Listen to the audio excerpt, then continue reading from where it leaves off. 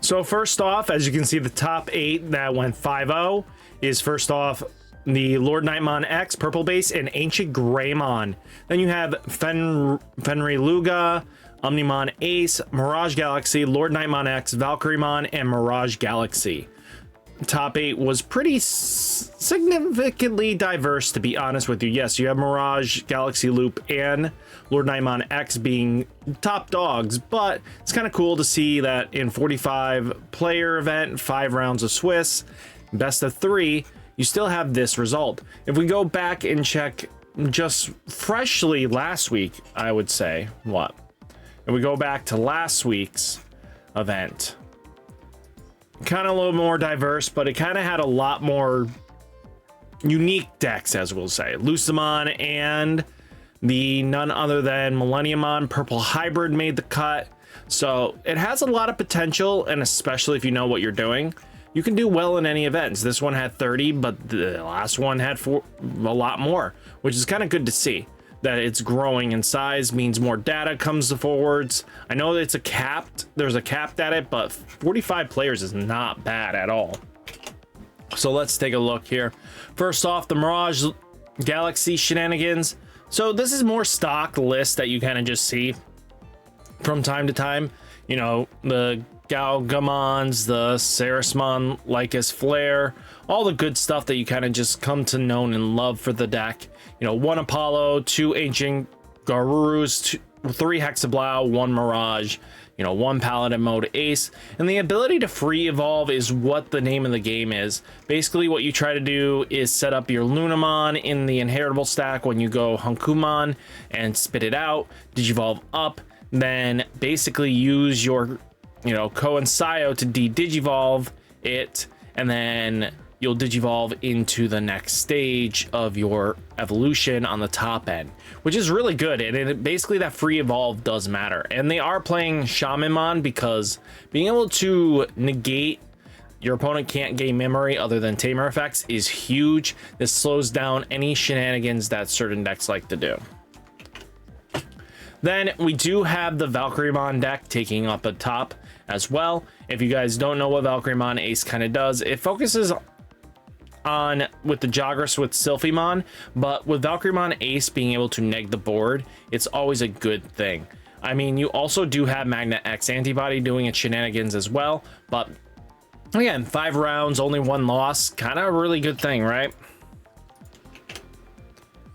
Then you do have a Lord Nighton X. This one is the Ragna Lord build, so this one's very interesting. A lot of players don't know what this deck kind of does, but the goal is to be straight up go Sunemon, Gobbly, or Ignite, get those 2 in the first evolve, then go into Gatomon to Digivolve for the DNA, then you basically Digivolve into Lady Devi to go into Lady Devi X, with using like protoforms or X antibody to combo in. Then you go into Lord Nighton and then Lord Nighton X antibody.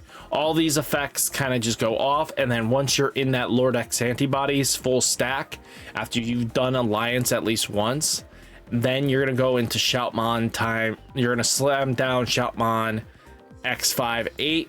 Nothing too crazy about this. He's just going to come down for that 11 cost as long as you have 1 memory. Then you're going to Jogress into Ragna Lordmon. You're going to Blitz. Basically, for every 4 cards in its stack, you get to pop something and then trash the top card opponent's security stack. He's just a win the game card. It just basically sets up as Lord Nighton X is just chipping away damage wise and just trying to get there for game. This Ragna Lordmon with Shoutmon X58 with Gatomon inheritable Jogress shenanigans just ends up winning the game that way. And that's just kind of how you do it, because again, Lord Nighton X, all it has to do is be straight honest with you. You just need to clear out secured, do an alliance twice with this deck, and then Ragna Lord just clears up the game. You know, that's kind of important.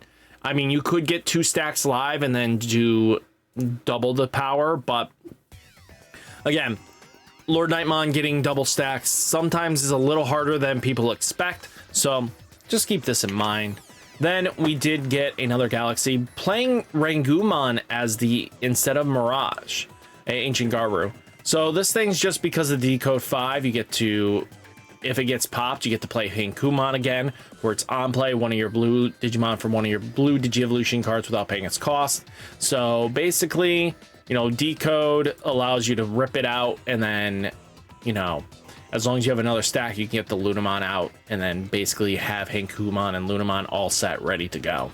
Then you have Rangumon also being able to do any crazy shenanigans. You may play a level 4 or lower blue Digimon card with this Digi-Evolutions without paying its cost. Once per turn, by returning one of your Digimon to the bottom of the deck, return one of your opponent's Digimon as high or low as this, a level as this, to the bottom of the deck. So basically, if you can get a level 6 to go to the bottom, all of a sudden you're removing any level 6 in the game, which is pretty solid. Rangumon does its shenanigans.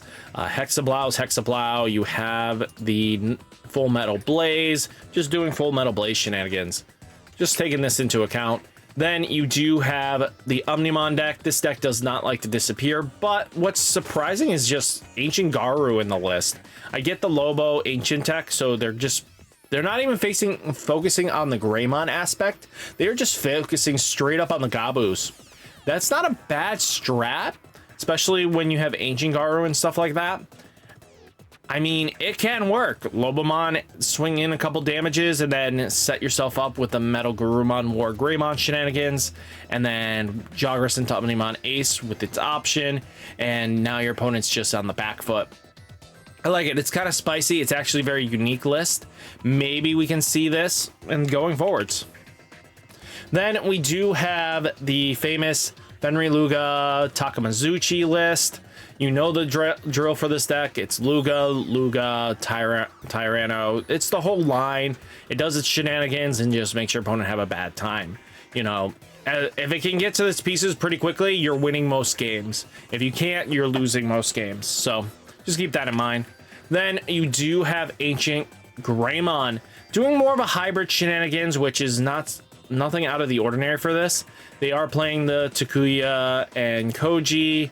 You know, this is just a powerful tamer in itself. Ancient Deities, 6 Ancient Greymons just to apply pressure that way. You know, having Shamanmon and Gutsumon being able to negate play by effects and memory gain, you're in a good spot. You're putting in, basically covering most of the board to match up against our good friend Lord Nighton X.